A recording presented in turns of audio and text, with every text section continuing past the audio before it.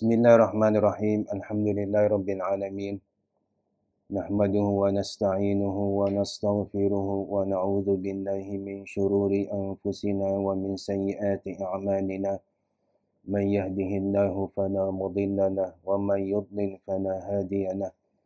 Wassalatu wassalamu ala asyrafil anbiya'i wal mursalin sayyidina wa maulana Muhammadin wa ala alihi wa sahbihi. Subhanaka la ilma lana illa ma 'allamtana innaka antal alimul hakim. Rabbi shrah li sadri wa yassir li amri wahlul 'uqdatam min lisani yafqahu qawli. Wa la hawla wa la quwwata illa billahil 'aliyyil 'azim. Qala al-muallif rahimahullahu ta'ala, wa ammal atharu, kalau hadis biasanya yang diriwayatkan dari Rasulullah sallallahu alaihi wasallam. Kalau athar ya dari sahabat atau dari tabi'in atau dari ulama yang lain disebut athar. Wa ammal atharu faqad qala Ali ibn Abi Talib radhiyallahu anhu li Kumail, ya Kumail, al-ilmu khairun minal mal. Al-ilmu yahrusuka wa anta tahrusu al-mal. Jadi kata Sayyidina Ali bin Abi Talib radhiyallahu anhu di Kumail, ya Kumail, al-ilmu khairun minal mal. Ilmu lebih baik daripada harta, ya. Kenapa demikian? Al-ilmu yahrusuka, karena al-ilmu melindungi kamu, menjaga kamu. Sementara kamu menjaga harta. Mana lebih baik? Ya, jelas lebih baik apaan? Ilmu. Ilmu bisa menjaga kamu, sementara kamu menjaga harta. Kalau kita melihat kembali kepada cerita Imam Syafi'i, ya, ketika dia ditangkap gitu kan di Yaman dengan tuduhan pro kepada Alawiyin, yang anti kepada Abbasiyin, kan Imam Syafi'i ditangkap bersama sekitar 9 orang. Ketika dibawa di Baghdad, akhirnya mereka dibunuh semua itu. Kecuali selamat hanya Imam Asy-Syafi'i rahimahullah. Kenapa demikian Imam Syafi'i selamat? Ya karena punya ilmu. Punya ilmu. Kan Khalifah Harun ar-Rasyid kagum dengan keilmuan Imam Asy-Syafi'i. Harun ar-Rasyid bertanya kepada Imam Syafi'i, bagaimana keilmuan ente, keilmuan Al-Quran, keilmuan hadis, keilmuan fikih. Imam Asy-Syafi'i subhanallah sanggup menjawab semua pertanyaan. Akhirnya Al-Khalifah Harun ar-Rasyid kagum dengan keilmuan Al-Imam Asy-Syafi'i. Nah, itulah contoh bagaimana ilmu bisa menyelamatkan seseorang itu. Wal ilmu hakimun wal malu mahkumun alaihi. Ilmu adalah hakim, sementara harta yang mahkum alaihi. Mahkum alaihi yang dihukum kan? Yang dihukum atasnya. Wal malu tanqusuhun nafaqah. Jelas ya. Harta itu berkurang kalau kita belanjakan, ngeluarin. Wal ilmu yazku alal infaq. Ala di situ ya. Sementara ilmu bertambah kalau kita semakin kita infak, semakin kita mengajar, semakin kita ngeluarin ilmu, ilmu pasti bertambah ya. Apalagi kalau ketemu murid yang pintar. Murid yang pintar itu memang kadang-kadang suka bikin kesal kita ya. Awalnya gitu. Tapi lama-lama senang juga kalau ada murid yang pintar gitu. Kenapa demikian? Karena memaksakan kita untuk membaca lagi. Iya gitu. Prinsipnya, waduh, gitu. Iya. Saya pernah ketemu murid yang pintar gitu kan. Awalnya memang ya kesal gitu, sebab lawan melulu. Tapi kenyataannya memang dia karunia buat kita istilahnya. Karunia buat kita guru ini kalau punya murid yang pintar gitu. Memaksakan kita untuk kaji lagi, belajar lagi. Itulah manfaatnya kalau orang mengajar ya. Ilmu bertambah. Wa qala aidan al-alimu afdalu minas shaimil qaimil mujahid. Jelas ya. Orang yang alim lebih mulia daripada as-shaim yang kerjaannya cuman puasa saja, al-qaim yang qiyamul lail saja, al-mujahid yang berjuang. Tapi mereka bukan alim. Karena mereka cuman kerjaannya, manfaatnya buat kembali buat diri dia sendiri. Beda sama alim. Kalau alim kan manfaatnya kepada orang lain. Manfaatnya umum gitu. Orang butuh kepada seorang alim. Orang nggak butuh kepada seorang abid kan. Wa idza matal alimu, apabila seorang alim ada meninggal, sulima fil Islam. Sulmatun la yasudduha illa khalafun minhu. Jadi kalau ada seorang alim meninggal, sulima. As-sulma itu seperti ban-ban yang bolong ya. Ban yang bocor ya. Jadi sulima fil Islam, ada kebocoran dalam agama Islam gitu. Ada keretakan gitu. Sulmatun la yasudduha, enggak bisa ditambal atau ditutupi kecuali khalafun minhu, yang memang bisa menggantikan alim yang meninggal itu. Makanya rusaknya umat ya, pertama pemimpin yang nggak benar, yang kedua ya alim nggak benar gitu. Atau memang nggak ada ulama, apalagi akhir zaman ya, ketika ilmu diangkat semua kan, manusia menjadikan orang jahil sebagai pemimpin kan. Ittakhadhan nasu al-juhala'a a'immatan gitu kan. Fadallu wa adallu. Orang jahil tahu kan, dia sesat, dia membuat orang lain sesat juga. Wa qala radhiyallahu ta'ala anhu, juga Sayyidina Ali bin Abi Thalib, mal fakhru illa li ahli al-ilmi innahum ala al-huda liman ihtada adillau. Mal fakhru, sebenarnya kebanggaan itu, sesungguhnya kebanggaan itu yang pantas itu hanya kepada ahlul ilm. Innahum 'alal huda, mereka berjalan di atas petunjuk. Liman istahda adillau, bagi siapa yang mencari hidayah, mereka adalah adillah, petunjuk, petunjuk kepada orang yang ingin hidayah itu. Wa qadru kulli imri'in ma kana yuhsinuhu. Wa qadru kulli imri'in, dan sebenarnya harga semua orang itu, bagaimana kita menghargai seseorang itu? Maka na yuhsinuhu, apa sebenarnya dia pandai dalam hal apa gitu. Dia ihsan dalam hal apaan gitu. Ya, kalau dia memang pandai dalam ilmu, berarti dia bisa kedudukannya tinggi. Wal jahiluna li ahli ilmi a'da. Inilah orang musuh bagi ulama adalah orang jahil, bodoh. Oleh karena itu dibilang menjahila syai'an adahu. Barang siapa yang jahil terhadap sesuatu, pasti dia akan musuhi. Dia musuhi karena dia jahil. Wal jahiluna li ahli ilmi a'da'u. Fafuz bi'ilmin, maka menangkanlah dengan suatu ilmu. Ta'ish hayyan bihi abada. Ta'ish, engkau akan hidup. Hayyan, kamu hidup tapi benar-benar dianggap orang hidup. Ada yang hidup tapi karena nggak ada manfaatnya, ya sama aja dengan orang mati ya. Sekedar hidup, iya. Nyusahin orang hidupnya. Bukan nolong orang, bukan membantu orang, tapi nyusahin orang gitu. Ta'ish hayyan bihi abada. An-nasu mauta wa ahlul ilmi ahya'u. Manusia sebenarnya sih anggap aja mati lah gitu kan sih. Wa ahlul ilmi ahya'u. Jadi sebenarnya maksud bukan hanya khusus ilmu agama, ilmu apaan aja itu membuat orang mulia gitu. Kamu pakar dalam hal sesuatu, itu mulia, pasti mulia. Ilmu agama, ilmu dunia, asalkan ilmu kamu memang ada manfaatnya buat orang lain gitu. Wa qala Abul Aswad, ini muridnya siapa?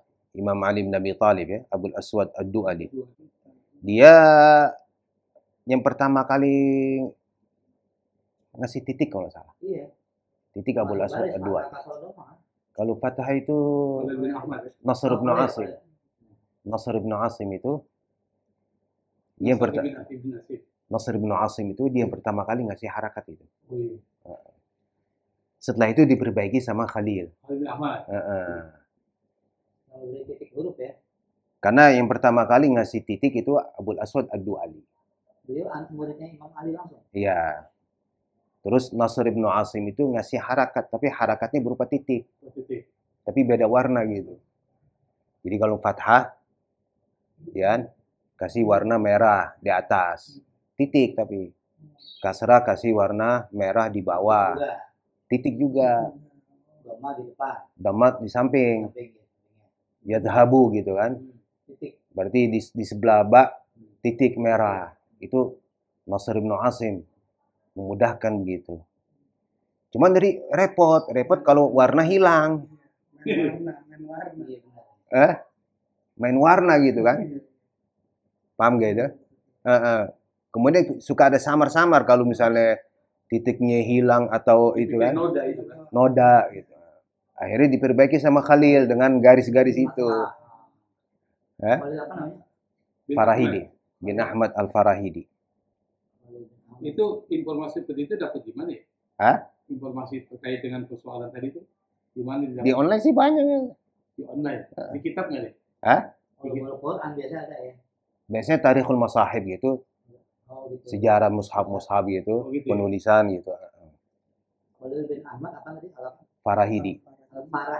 Farahidi. Guru isi bawah ya? Guru isi bawah dia. Luar biasa jasanya itu. Khalil bin Ahmad ini luar biasa jasanya memudahkan. Enggak bisa baca Quran gitu. Iya. Nah tadi bedanya Abu Aswad dengan Khalil apa tadi? Kalau Abu Aswad yang beri titik ya. Abul Aswad dia yang ngasih titik katanya. Misalnya bukan baris titik di bawah satu gitu maksudnya. Abu Aswad tuh baris sama titik dia. Titik Abul Aswad. Memberi titik huruf. Titik di huruf. Ba ta. Gitu ya. Kalau warna lain lagi. Kalau warna itu Nasr bin Asim. Nasr bin Asim itu. Yang kasih titik huruf nun titik satu, titiknya satu di bawah gitu ya. Ba iya. Itu Imam Abul Aswad. Khalil yang memberikan harokat tapi dengan titik. Gitu. Nasr bin Asim. Ya. Nasr bin Asim. Dia yang ngasih harakat tapi bentuk harakatnya itu titik. Titik tapi diganti warna merah gitu. Fathahnya titik di atas, kasrah titik di bawah, dhamma titik di sebelahnya gitu. Nasr bin Asim dia itu yang pertama kali nyusun alif ba ta tha itu. Oh dia. Alif ba ta tha itu dia. Tertib alif ba ta tha jim ha kha itu Nasr bin Asim. Karena susunan huruf hijaiyah bahasa Arab dulu bukan alif ba ta tha bukan. Alif ba jim dal. Gitu. Iya. Yang dia boleh seperti orang hijaiyah gitu ya susunannya ya dari alif ba ta sampai bukan. Beliau. Dulu huruf hijaiyah lah bukan itu. Huruf hijaiyah tapi tertibnya disebut tertib abjadi. Dulu kan a, ba, jim, dal. Seperti orang bikin abjad, hawaz, ba, jim, dal, ha, waw, za. Disebut tertib abjadi. Sebelum Rasulullah Arab udah tahu tertib gitu. Karena itu nama raja semua itu. Nama raja. Abjad, hawaz, hutti, kalaman, sa'fas, qarashat, takhidha, dadgha. Sampai do. Sampai mana? Sampai terakhir. Abjad, hawaz, hutti, kalaman, sa'fas, qarashat. Sampai sini qarashat.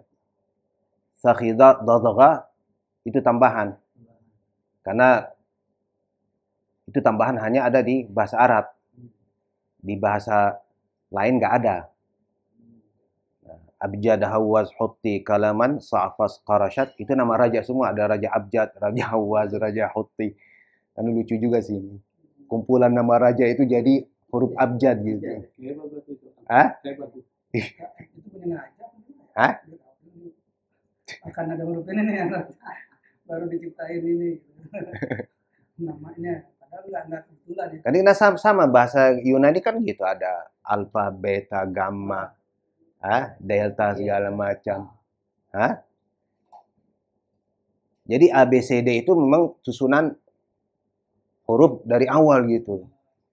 Disebut huruf Finiqiyah gitu. Finiqiyah kan. Bahasa Arab salah satu rumpun dari huruf Finiqiyah atau Samiyah gitu. Nasr bin Asim ini dia melihat ini repot gitu. Dicoba nyusun kembali dengan melihat bentuk gambarnya, cara tulisannya gitu. Rasam, disebut rasam huruf gitu kan. Diambil dari kata abjad dulu. Abjad huruf pertama kan alif. Ditaruh alif pertama. Abjad huruf kedua ba. Diambil ba kedua. Terus yang mirip ba apa? Disamain. Ta gitu kan. Terus diambil huruf yang ketiga dari abjad jim. Taruh jim. Ha kha yang mirip. Kalau nggak mirip suara, mirip bentuk, mirip suara nanti. Makanya disebut tertib alif ba'i. Tertib dia disebut tertib alif ba'i. Alif ba'i Tertib alif ba'i. Ada tertib abjadi. Ya, tapi ya. kalau nulis karya ini pakai abjadi. Masih kadang orang sekarang alif abjad hawaz masih orang Arab masih. Masih. A, ba, jim, dal. Dal.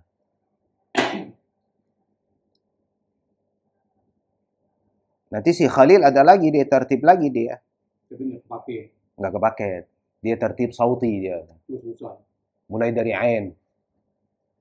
Ain terus sampai huruf terakhir mim yang keluar dari dia lihat makhraj hurufnya. Pertama ain berarti huruf ain, ya. Habis ain apa gitu kan? Huruf al-halq terus sampai terakhir yang syafatain di situ. Khalil itu. Oh, Khalil berarti. Makanya Khalil ada kamus namanya Al-Ain. Al-Khalil itu ngarang kamus Al-Ain. Kenapa Al-Ain? Karena huruf pertama ain dia. Oh, gitu. Orang pintar luar biasa. Wa qala Abul Aswad laisa syai'un a'azza minal ilm. Enggak ada sesuatu yang lebih mulia daripada ilmu. Al-muluku hukkamun. Para raja mereka adalah hakim. Hukkamun 'alan nas, menghakimi manusia.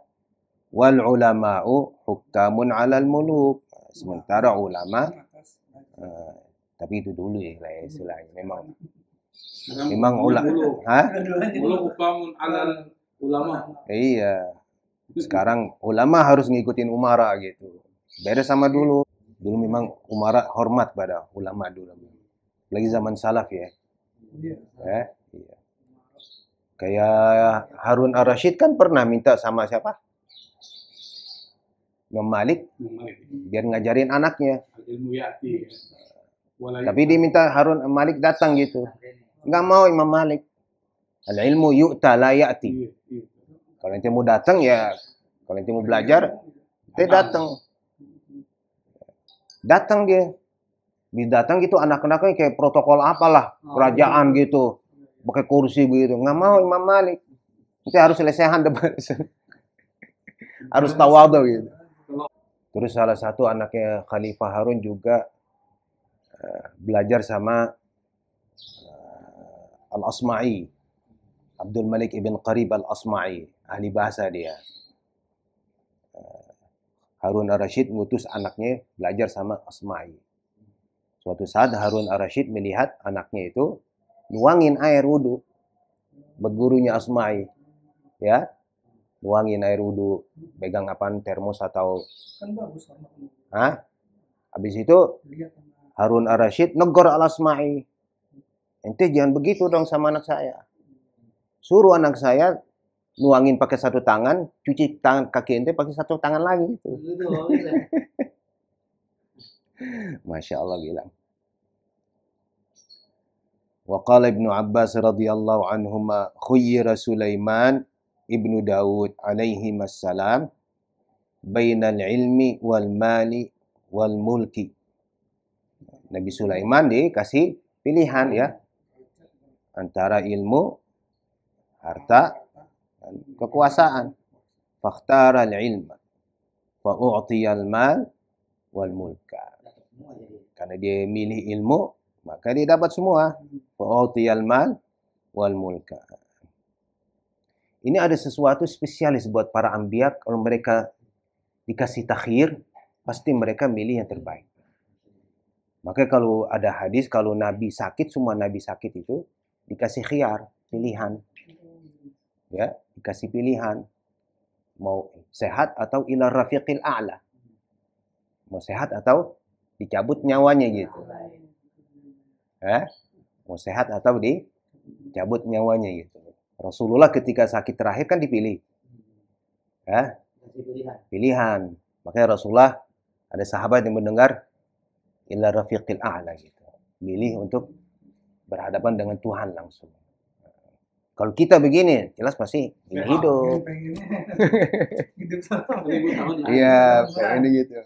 Punya ini rumah, iya.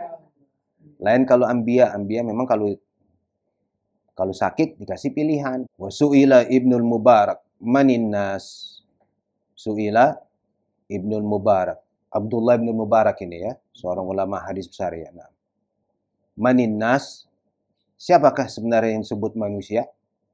Yang disebut manusia ya. Wa qala al-ulama qila famanil muluk. Dan siapakah raja-raja itu? Qala az-zuhad. Zuhud ya. Qila famanis safalah. Siapa sih yang rendahan? Orang-orang yang safalah dari asfal gitu. Siapa sih yang orang rendahan? Qala alladhi ya'kulu bidinihi. Orang yang memperkaya diri tapi dengan menjual agamanya. Itu penyakitnya gitu. Banyak ulama zaman sekarang gitu. Nasallahu afiyah lah insyaallah. Iya. Itu ulama tawadu namanya.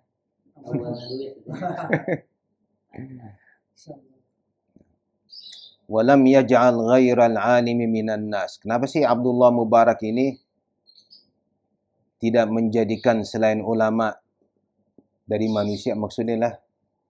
Jadi maksudnya Abdullah Mubarak ini dia hanya menjadikan yang manusia itu hanya adalah ulama gitu kan. Kenapa? Li'annal khasiyata allati biha yatamayyazun nas.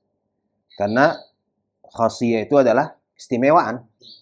Kelebihan yang membedakan manusia dengan sairil bahaim, sisa-sisa binatang yang lain.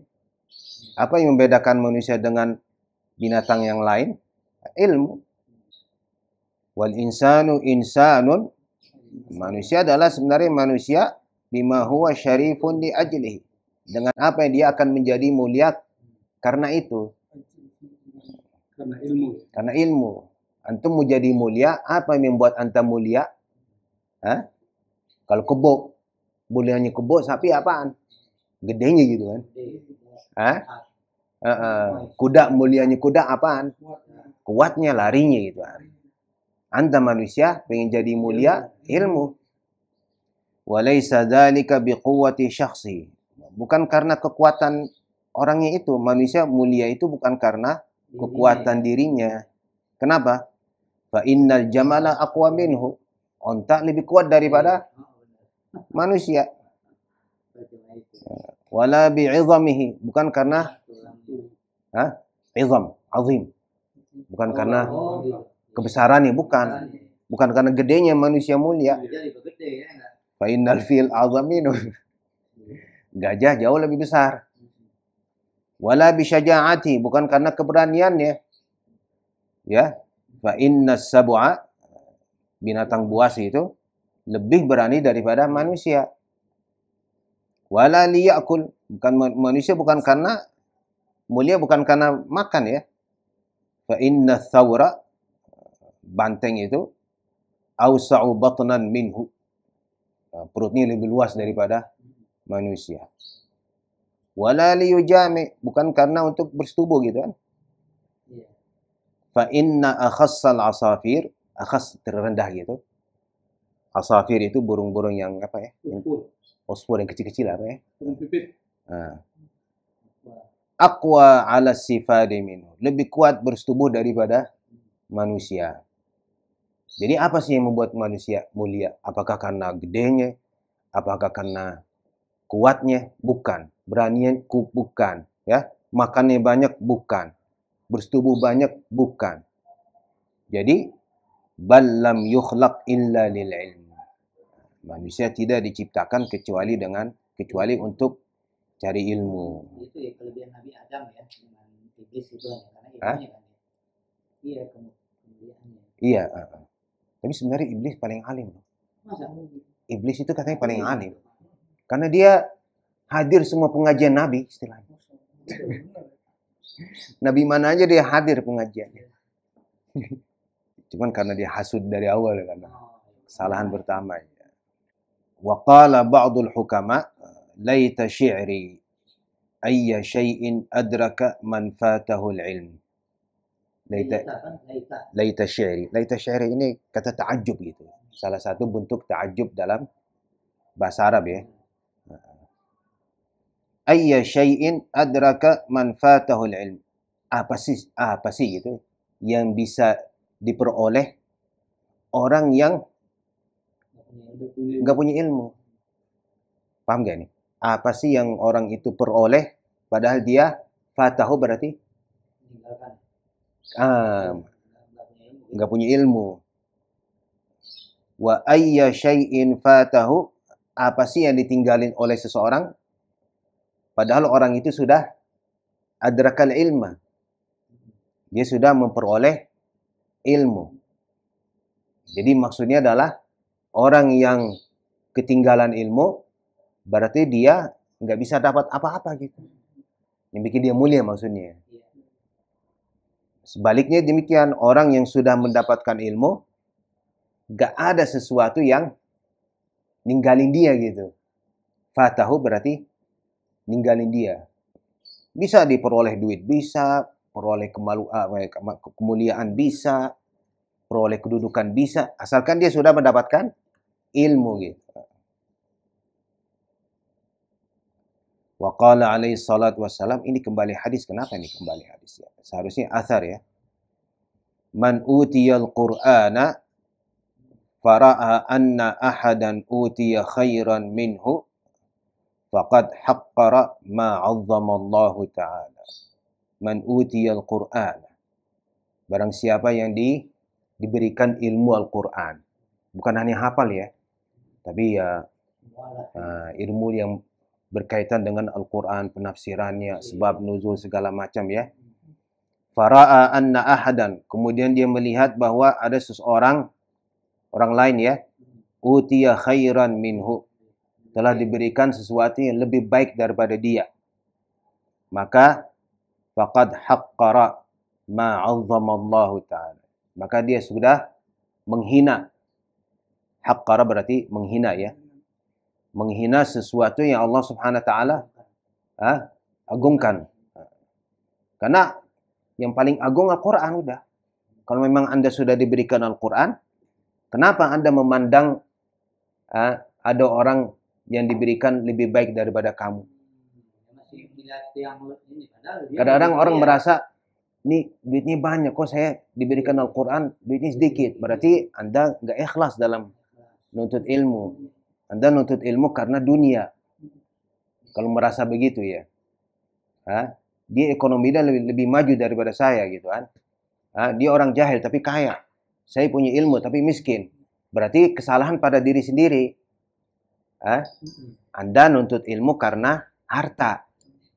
Ketika tidak diberikan harta, walaupun diberikan ilmu, akan merasa kesal gitu.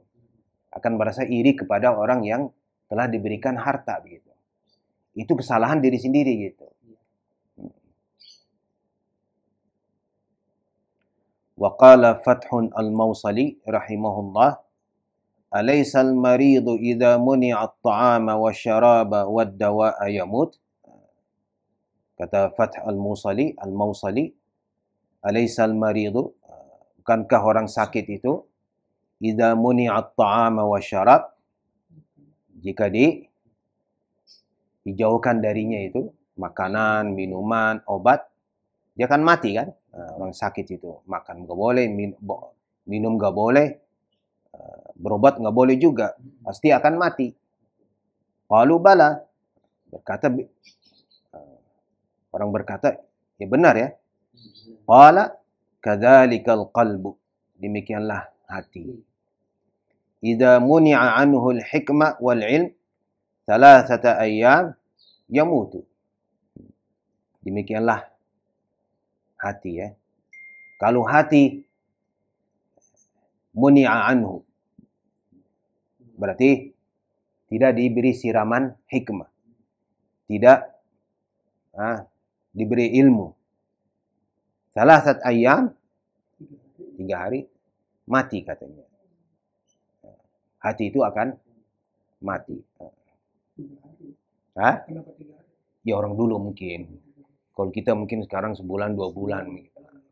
Karena orang dulu memang tiap hari belajar mereka. Hidup mereka untuk belajar. Jadi kalau 3 hari nggak belajar, nggak dapat ilmu, nggak dapat hikmah, ya kayak seakan mati.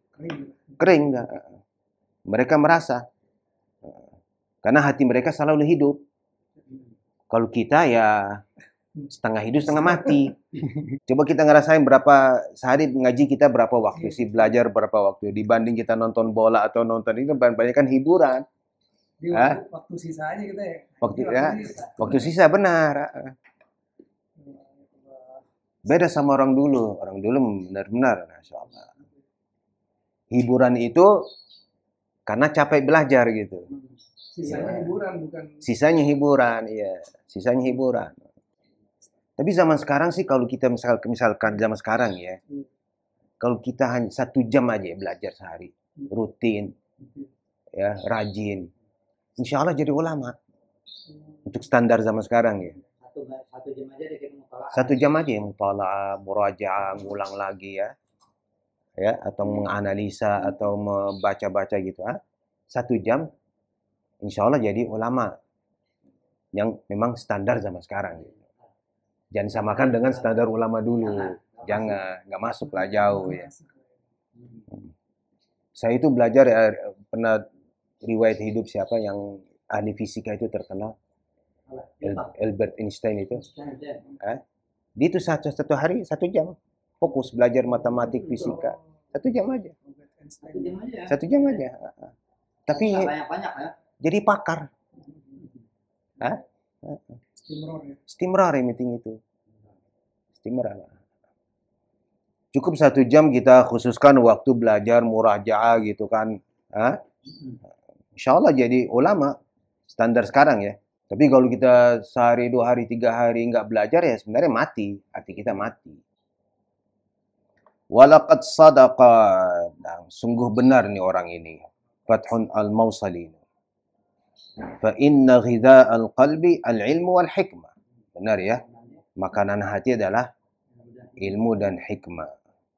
Wa bihima hayatuhu. Dengan keduanya itu adalah kehidupan buat hati ya. Kama anna ghada'al jasadi at-ta'am au ghidha'a. Ya. Dan sebagaimana juga makanan tubuh adalah makanan badan adalah makanan itu, makanan yang kita makan ya. Wa man faqadal ilma, siapa yang sudah kehilangan ilmu, fa qalbuhu maridun, hatinya sakit ya. Wa mautuhu lazim, nah, matinya itu sudah pasti itu. Walakinnahu la yash'uru bihi, tapi dia nggak merasa hatinya sakit. Nggak merasa hati kosong gitu. Nggak merasa dia orang nggak bermanfaat. Karena dia nggak merasa begitu, jadi dia suka ngabisin waktu pada hal-hal yang nggak penting. Nggak ada kegiatan di rumah, keluar rumah ngobrol, ngabisin waktu. Karena hati kosong sebenarnya gitu. Benar. Kalau kita lihat orang yang suka ngobrol, main catur, ngabisin waktu, nobar, itu sebenarnya hati mereka kosong. Walakinnahu la yash'uru bihi idh hubbud dunya wa syughluhu biha abtala ihsasahu. Karena cinta kepada dunia, wa syughluhu biha, kesibukannya dengan dunia, abtala, mematikan apaan? Indranya dia itu, mematikan hatinya gitu. Yang membuat hatinya mati adalah, atau yang membuat dia tidak merasa apa? Hatinya mati apaan itu? Hubbud dunya. Dan kesibukannya dengan dunia. Kama anna ghalabatal khawfi qad tubtilu ihsasa alamil jirahi fil hal. Dikasih contoh Imam Ghazali. Ghalabatil khawf, terlalu takut ya. Ghalabah mengalahkan gitu. Arti ketakutan itu mengalahkan diri kita. Qad tubtilu, kadang-kadang bisa membatalkan apaan? Rasa sakit. Coba Anda kalau kadang-kadang ketakutan itu menghilangkan rasa capek. Saya pernah dikejar waktu di SD di sana di Saudi, kejar-kejar sama anjing kadang-kadang. Ada anjing juga sana? Banyak. Anjing liar gitulah. Banyak di Saudi gitu. Bawa kolong mobil, banyak anjing kadang-kadang. Kebetulan sekolah saya naik bukit. Kalau biasa saya lemah, capek. Tapi ketika dikejar anjing, saya lari, ketakutan. Tapi nggak terasa capek. Nggak terasa capek. Apa yang menghilangkan rasa capek? Rasa takut itu. Demikian juga rasa khauf ini juga bisa menghilangkan rasa sakit. Walaupun sakit apaan? Sakit operasi, sakit apa gitu. Kama anna ghalabat al-khauf tubtilu ihsasa alamil jirah. Tubtilu akan mematikan rasa ya, rasa sakit. Al-jirah itu luka ya. Fil hal, sekarang itu. Wa in kana waqi'an, sekalipun memang sedang terjadi itu, lukanya terjadi itu. Fa idza hattal mautu anhu a'ba ad-dunya ahassa bihalakihi wa tahassara tahassuran 'aziman thumma la yanfa'uhu fa idza hattal mautu anhu. Ini kadang suka pakai bahasa ini sih kadang, bahasa balaghah kadang begitu. Hatta berarti naruh gitu. Naruh ya. Meletakkan. Kematian meletakkan a'ba ad-dunya, beban dunia. Dunia kan kita bawa beban dunia kan. Tiba-tiba mati berarti yang naruh apa? Meletakkan beban itu kematian kan? Maksudnya begitu ya? Jadi kematian justru ya menghilangkan beban ya, beban dunia gitu kan? Iya, beban dunia. Siapa yang ngilangin beban dunia? Mati atau pada saat mau mati. Ahassa bihalakihi. Ahassa, baru orang itu merasa dia memang binasa itu. Pada saat itu mau mati gitu. Pada saat kematian menjemput dia, baru dia merasa kebinasaan dia gitu. Wa tahassara tahassuran 'aziman. Dia akan merasa sangat menyesal gitu. Tahassara berarti menyesali ya. Menyesali. Kapan menyesali? Ya pada saat ajal mau datang. Atau sakit parah gitu kan. Terasa orang kalau sakit parah, coba anda dulu belajar, coba anda dulu lah. Tsumma la yanfa'uhu. Udah gitu nggak ada manfaatnya. Penyesalan itu nggak ada manfaat, nggak berguna buat dia. Wadzalika ka ihsasil amin min khaufihi. Nah, itu seperti ihsas apaan? Sensitif. Sensitif orang yang amin, masa aman dari takut. Wal mufiq an sukrihi. Orang yang sadar dari mabuknya itu. Jadi kalau orang yang sakit tapi takut, ketika rasa takut itu hilang, apa yang dia rasakan? Rasa sakit. Hah? Demikian juga ketika mabuk dia nggak ngerasain sakit. Tapi kalau udah selesai mabuknya baru terasa sakitnya. Wal mufiq an sukrihi bima asabahu minal jirahati. Dengan apa yang menimpa dia dari luka-luka itu. Fi halati sukri awil khauf. Pada saat mabuk atau saat takut. Jadi maksudnya kalau Anda pada saat takut atau saat mabuk, Anda tidak merasa, nggak merasa apa? Kalau luka atau ini nggak merasa.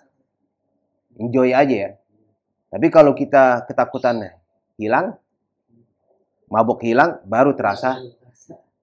Itu sama kalau orang pada saat hidup di dunia, ya. Lukanya itu apa? Lukanya nggak belajar, bodohnya itu. Dia nggak ngerasain itu. Nggak ngerasain itu. Kapan dia ngerasain? Tiba-tiba mau meninggal. Sallallahu alaihi. Fa na'udzu billahi min yaumi kashfil ghita. Kashfil ghita berarti hari kiamat itu maksudnya. Ketika terbuka, tertutup. Tabir itu terbuka buat kita. Kita melihat semua amal kita. Fa innan nasa niyamun. Fa idza matu intabahu. Benar, manusia memang tidur. Fa idza matu, kalau mau mati baru sadar. Wa qala al-Hasan rahimahullah yuzanu midadul ulama bidami syuhada. Fayarjihu midadul ulama bidami syuhada. Ini ditimbangkan ya. Diadu istilahnya. Mana yang lebih berat? Midadul ulama, tintanya ulama, tinta yang mereka gunakan untuk nulis ya. Dengan darahnya syahid. Fayarjihu midadul ulama. Maka yarjih berarti unggul ya. Lebih kuat. Lebih berat ya. Midadul ulama lebih berat daripada dami syuhada. Ini urusan hari kiamat wallahu alam ya. Wa qala Ibnu Mas'ud radhiyallahu anhu, "Alaikum bil ilmi qabla an yurfa." Alaikum bil ilm. Alaikum berarti hendaklah ya, benar. Hendaklah kalian belajar sebelum diangkat. Ya, angkat ilmu bukan berarti buku nggak ada, tapi ya ulama yang nggak ada. Hah? Ilmu diangkat itu dengan kematian ulama, bukan dengan buku nggak ada atau referensi ada, buku ada, tapi yang baca nggak ada gitu. Wa raf'uhu an tahlika ruwatuhu. Gimana diangkat ilmu itu? Dengan gimana terangkatnya ilmu dengan binasanya itu ruwatuhu. Ruwatu yang menulisnya, meriwayatkan ilmu. Ya, maksudnya ulama gitu. Fawalladhi nafsi biyadihi, ini demi Allah berarti ya. La yawaddanna rijalun qutilu fi sabilillahi syuhada.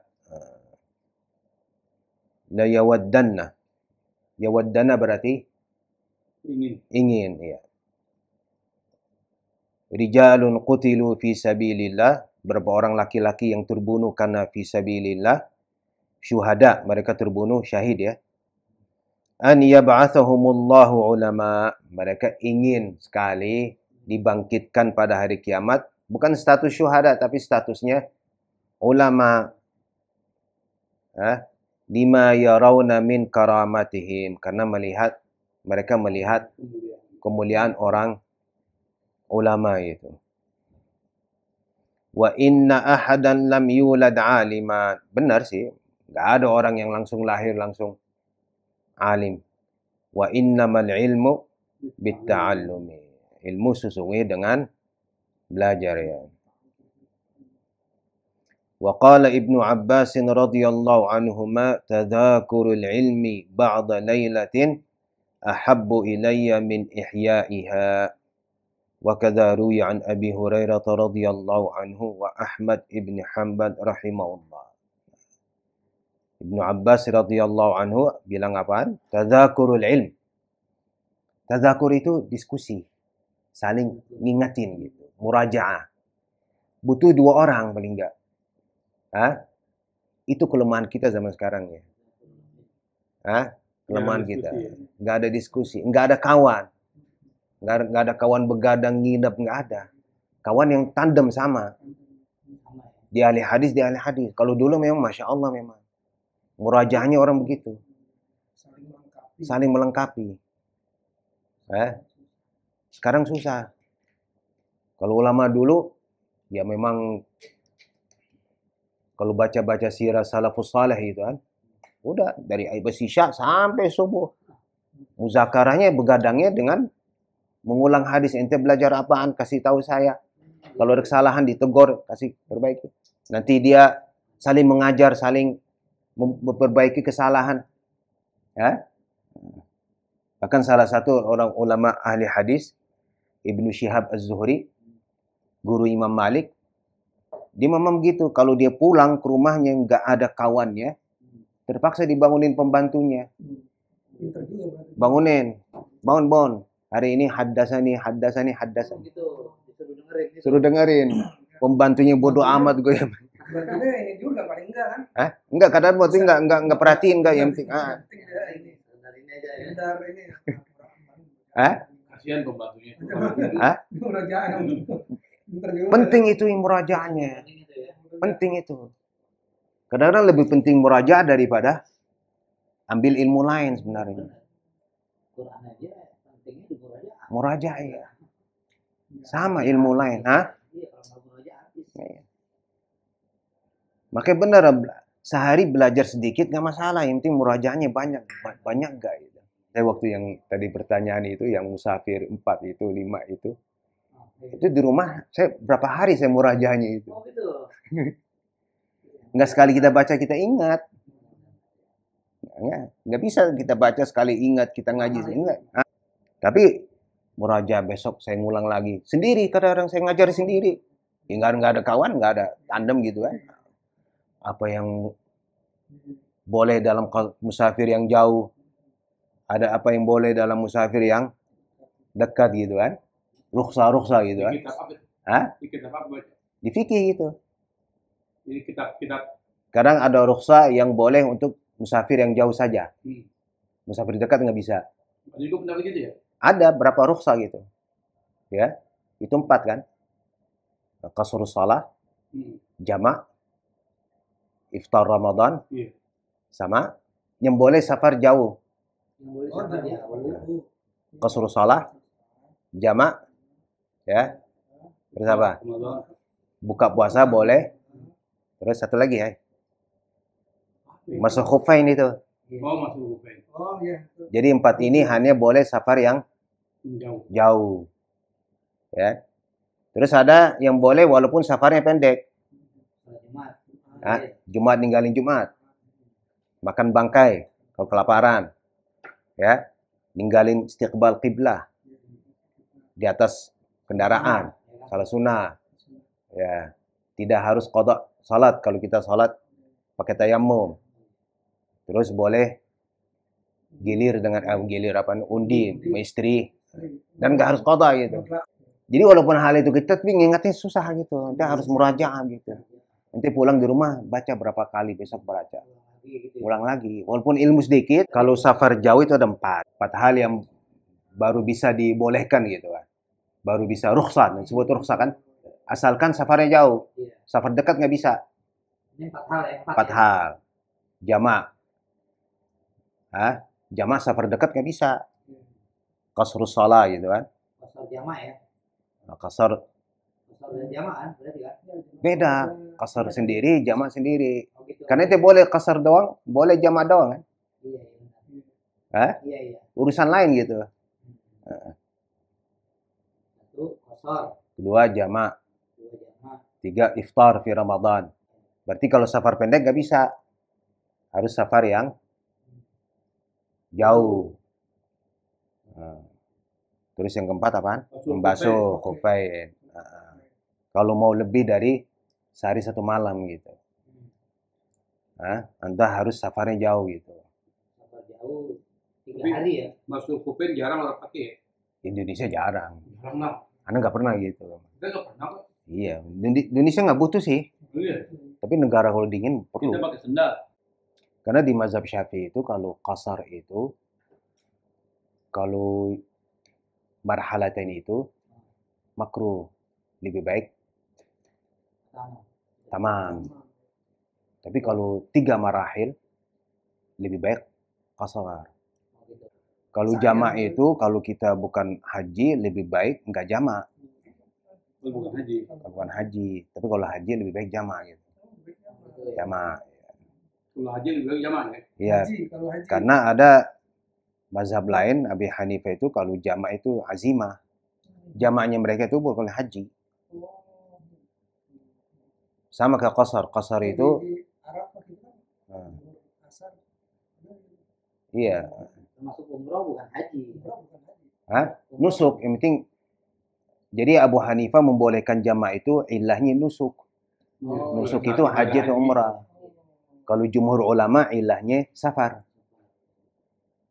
Sebabnya mereka kalau safar itu nggak lakukan itu. Qasar jamak. Apa nih? Mazhab Hanafi itu. Kalau jamak mereka enggak. Tapi kalau qasar harus. Iya.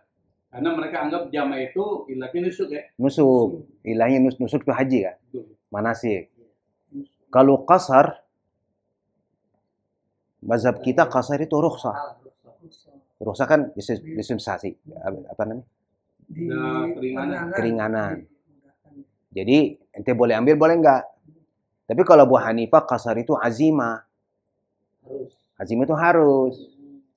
Jadi dua-duanya kita ambil kan.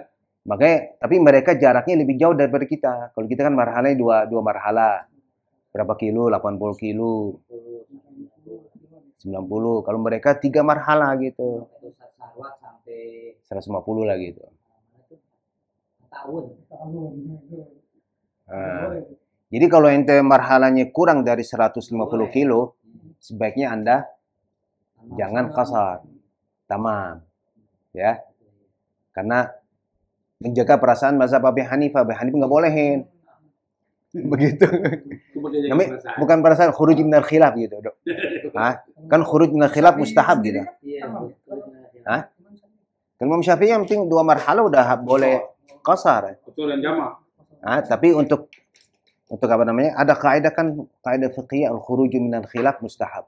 Keluar dari khilaf ulama dianjurkan. Maka kalau kita 2 marhalah berarti lebih baik kita tamam. Karena kenapa tamam? Karena kalau orang Hanafi ngelihat kita berarti anggap kita salat kita nggak sah. Karena kita qasar. Tapi kalau 3 marhalah, biar dua-duanya sah dan sisi ini sah. Kalau 3 marhalah kita harus qasar. Kalau kita tamam, orang Hanafi ngelihat kita nggak sah salat ente karena kita tamam, kita harus qasar. Kalau qasar ya, kita qasar. Bukan omongan kita jamak gitu. Itu lain paket. Kalau kita kan biasa karena sering qasar jamak seakan-akan satu paket. Padahal itu urusan lain. Urusan lain, qasar mau jamak. Urusan lain. Ente boleh qasar nggak jamak, ente boleh jamak nggak qasar. Terserah. Kalau mau perhatikan khilaf ulama begitu, perselisihan itu. Memang khuruj khilaf itu mustahab gitu. Kayak kadang-kadang ada yang berat sih sebenarnya kalau berat. Kadang mazhab Hanafi itu enaknya begitu, tapi beratnya di situ. Yang nggak boleh kan kalau kita ngambil ngaduk-ngaduk mazhab gitu. Talfiq. Itu berantakan benar. Ibadah kita nggak sah gitu. Kalau orang mengambil mazhab lain, silahkan. Asalkan ambil satu paket full. Biasanya taharah sama salat itu satu paket. Nggak bisa dipisahkan. Kalau orang ngambil mazhab Abu Hanifah dalam tahara gitu kan, nyentuh wanita nggak batal, boleh, asalkan antum salatnya juga sesuai dengan dia. Ya. Nanti kalau nanti salat ente mazhab wudu mazhab Hanifah, salatnya mazhab Syafi'i, nggak bisa berantakan. Yang saya kaget itu mazhab Abu Hanifah, kalau nyentuh nggak batal. Ya kan? Nggak batal. Tapi kalau ente nyentuh perempuan syahwat, berarti jadi mahramiyah. Musaharah, besanan. Asal syahwat, ente syahwat, yang perempuan syahwat, ente sentuh aja. Udah ibunya haram ente nikah. Gitu. Walaupun harus ada akad juga tentu ya. Nggak pakai akad. Nggak pakai akad. Ya? Iya. Tapi asal perempuannya juga syahwat. Syahwat. Nggak pakai akad. Itu kan kalau bahasa sekarang namanya suka sama suka. Iya, kayak orang pacaran gitu. Iya, gitu kan. Orang pacaran. Nyentuh. Otomatis ibunya haram. Kayak kita mertua. Iya. Kalau kita kan harus akad nikah sahih. Meskipun belum kawin ya. Meskipun belum kawin. Aneh juga ya. Hah? Aneh. Melihat gitu juga kemaluan. Gitu. Orang melihat kemaluan perempuan, balon bagian dalam ya, bukan luar ya. Bagian dalam. Dengan syahwat, udah. Ibunya dia haram nikahin. Jadi apa maksudnya? Orang yang suka zina berarti mertuanya banyak. Paham nggak ya? Orang mahram itu karena perkawinan. Biasanya kan 4 kan? Ibu istri, sama anak istri. Asal kita masuk dengan ibunya ya. Rabibah ya. Sama istri bapak, sama istri anak. 4 ya. Ya. Asalkan ada hubungan nikah. Nikah yang sahih. Atau dukhul dalam nikah yang rusak gitu. Ngerti nggak dukhul dalam nikah yang rusak gitu. Ya. Kalau orang nikah itu keluar dari kitab ini. Cuman fikih begitu. Hah?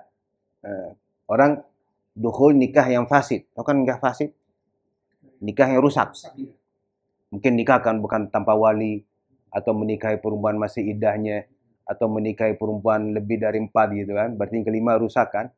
Atau nikah mut'ah. Nah, kalau terjadi dukhul, ya, dukhul berarti berhubungan, berarti otomatis dengan dukhul itu jadi besanan, mahram, ibunya mahram. Begitu. Kita nggak boleh nikah ibunya. Walaupun nikahnya itu fasid, rusak. Ya. Itu mazhab Hanafi ya? Mazhab Syafi'i semua. Juga ya? Semua yang sama. Tapi yang tadi itu mazhab Hanafi ya. Begitu kita pegang, kita punya sahabat juga Hanafi ya. Hanafi, khusus Hanafi itu. Tapi kalau zina, mazhab kita doang sama Maliki yang enggak ini, yang enggak ada besanan, tidak mengakibatkan besanan kalau zina ya. Paham enggak besanan? Artinya boleh enggak lanjutin gitu kan? Hah? Enggak, ibunya enggak jadi mertua. Ibunya enggak jadi mertua. Kalau zina. Kalau Hanafi jadi, yang nyentuh aja jadi mertua, apalagi zina. Makanya orang yang baik zina itu banyak mertuanya, tapi mertua nggak benar. Tapi nggak boleh nikahi semua. Nah, kalau dia nggak ngerti ilmu, dia nikah zina sama perempuan terus itu dinikahi ibunya, ya berantakan banget. Kalau mazhab Hanafi. Kalau ikut mazhab Hanafi. Tapi boleh kan? Tapi boleh. Boleh. Asalkan dukhulnya itu dengan wanita bukan karena akad benar atau akad yang rusak. Kalau akad rusak jadi besanan. Akadnya rusak ya. Pernah akad nikah tapi akad nikah itu rusak ya. Itu jadi besanan. Kalau begitu, kalau dipakai malah Nabi nggak repot juga ya. Kalau dipakai. Karena begini dokter, ente nikah perempuan. Bini. Terus ente maaf ya ngelihat perempuan mertua ente. Syahwat. Ente harus ceraikan bini ente. Benar. Islam juga ya. Karena bini ente udah jadi mahram ente. Ente harus pisah.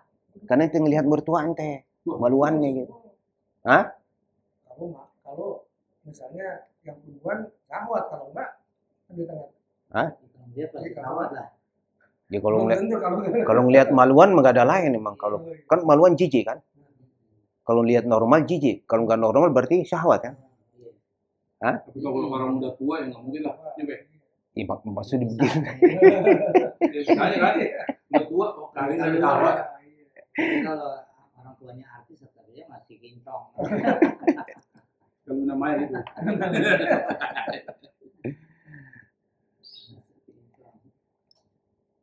Lanjut lah. Jadi dia kapan nikah boleh kalau gitu. Masih cerita nikah. Ayo sampai ini penasaran deh. Bukan ini aja gitu. Iya, lanjut sedikit aja ya. Tersendiri nih. Nanti ada pas nikah, Bang. Tunggu waktunya. Terus. Seru nih. Habis ini lah terakhir ya. Udah sejam lewat ya. Wa qala Ibnu Abbas radhiyallahu anhuma tadzakurul ilmi ba'da lailatin. Tadzakur berarti dua, paling enggak dua, minimal dua. Zakarah. Iya. Kalau sendiri ente malas-malas. Kalau sendiri ente salah enggak dinegor gitu.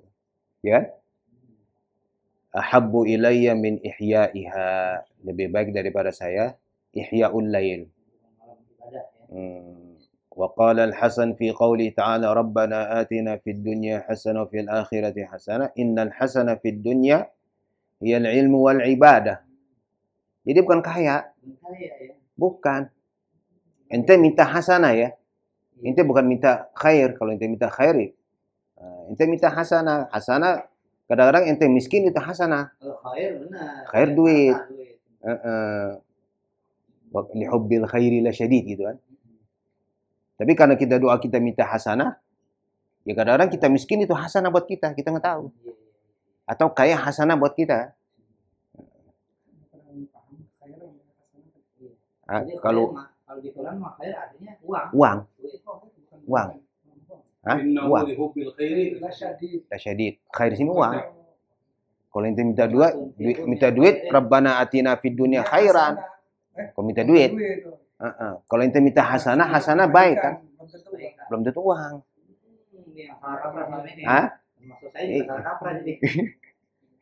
Kenapa saya minta hasanah tapi miskin ya? Karena ente minta hasanah. Harusnya khair ya. Harusnya khair loh. Ganti dah nanti Rabbana atina fid dunya. Kalau minta nur hasanah bagus. Wa qila li ba'dil hukama ayyu syai' taqtani. Apa sih yang kau taqtani itu apa? Nyimpan gitu ya. Qala al-asya' allati idza ghariqat safinatuka sabahat ma'aka. Sesuatu yang bila tenggelam kapal perahu, dia masih berenang bersama kamu. Apa itu? Ilmu. Ya. Yang bisa bawa cuma ilmu istilahnya itu. Wa qila arada bi gharaqis safina halaku badanihi bil maut. Ada yang mengatakan maksudnya gharaq as-safina adalah hancurnya badannya dengan mati. Wa qala ba'dhum man ittakhadha al-hikmata lijaman ittakhadahu an-nasu imaman. Barang siapa yang menjadikan hikmah itu lijam kayak maskar gitu ya. Lijaman pelindung muka gitu. Kalau orang yang menjadikan hikmah sebagai pelindung dia, maka manusia akan menjadikan dia imaman. Wa man 'urifa bil hikmah, siapa yang sudah dikenal dengan hikmah, la hadathul uyunu bil waqar, maka mata-mata orang lain akan memandang dia dengan segala hormat gitu kan, segala wibawa. وقال الشافعي رضي الله عنه من شرف العلم أن كل من نسب إليه ولو في شيء حقير فرحة. Jadi termasuk kemuliaan ilmu, kulla man nusiba ilaihi, semua orang yang pernah disandarkan kepadanya ilmu, ini orang alim, walau fi syai'in haqir, walaupun ilmunya sedikit, pasti senang. Ya? Ini orang alim dalam satu tahara, senang pasti. Senang media gitu ya. Dia merasa senang kalau orang sebut dia alim, walaupun ilmunya sedikit gitu. Wa man dufi'a anhu hazina. Dufi'a anhu berarti ya nggak disebut alim gitu kan. Dia kan merasa sedih. Sampai sini dulu kali ya. Wallahu subhanahu wa ta'ala a'lam. Al-Fatihah.